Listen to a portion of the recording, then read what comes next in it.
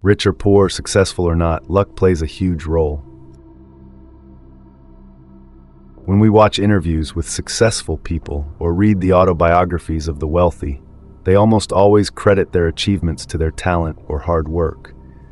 You rarely hear anyone say, "I made it because I was lucky." But luck is a crucial factor for all of them, whether they admit it or not. Just think, being born in Europe, the US, Japan, or South Korea already gives someone a major head start compared to those born in parts of the Middle East or Africa, where war and poverty are everyday realities. If a successful person happened to be born into a wealthy family, that's an even greater stroke of luck. And if their parents supported their education and encouraged them to learn, that's super lucky. But these advantages often go unnoticed by those who have them. They simply believe it was all hard work.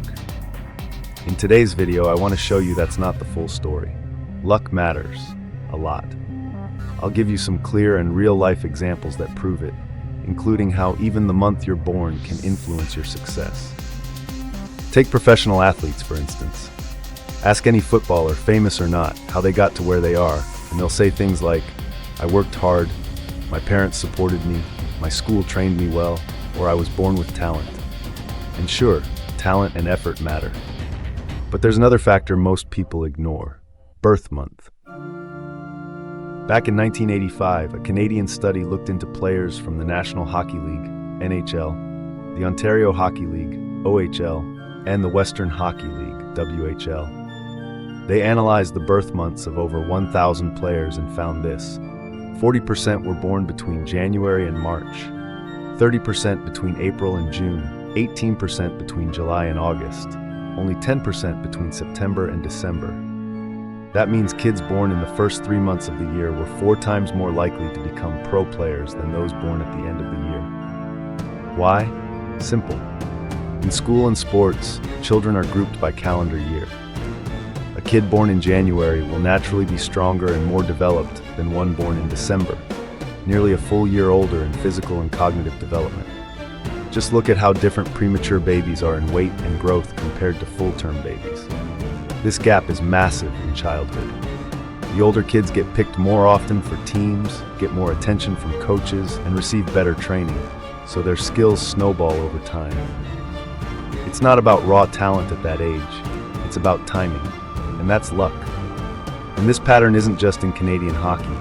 A similar study in 2005 looked at over 2,000 youth footballers from clubs across Europe. Same result. 40% of them were born from January to March, 4 times more than those born in the last quarter of the year.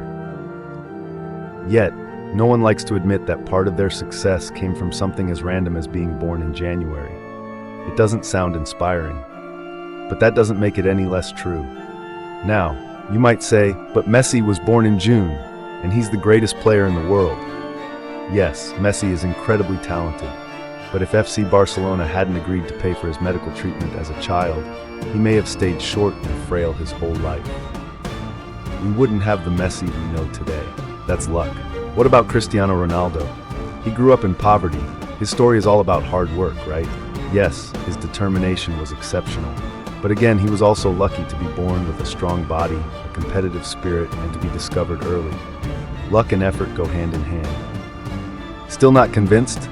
Let's talk about Mike Black, a YouTuber and get-rich coach. In July 2020, he launched a challenge. He gave up everything: his home, money, friends, and even his real name. He moved to a new city with 0 connections, determined to make $1 million in 12 months, just to prove that anyone can do it. He lived out of a van at first. He searched Craigslist for free housing and offered to do chores for shelter. Then he discovered Craigslist's free item listings, grabbed those items, and flipped them on Facebook Marketplace. That's how he earned his first few bucks. Eventually, he bought a laptop, rented a tiny office, and started a coffee company. He was eating instant noodles and canned beans every day, but he hustled nonstop. His journey was impressive, but after 10 months, he fell ill. Immune system problems, hip issues, and his dad was diagnosed with cancer. He had to quit. His total earnings after all that effort? Around $60,000, a decent middle-class income, but nowhere near the $1 million goal. And here's the kicker. Mike Black already was a millionaire before this experiment. He knew how to spot business opportunities, how to flip items, how to start a company. He had knowledge and experience. But even with all of that and working from the ground up, luck still held him back. That's how powerful luck is. Neil deGrasse Tyson, famous scientist and communicator, once explained it like this: if you have 1,000 people flip a coin 10 times, someone will inevitably get 10 heads in a row. Interview that person afterward and they'll probably say, "It's my skill. I timed the toss, I watched the wind, I've mastered the art." But make them do it again, they'll fail.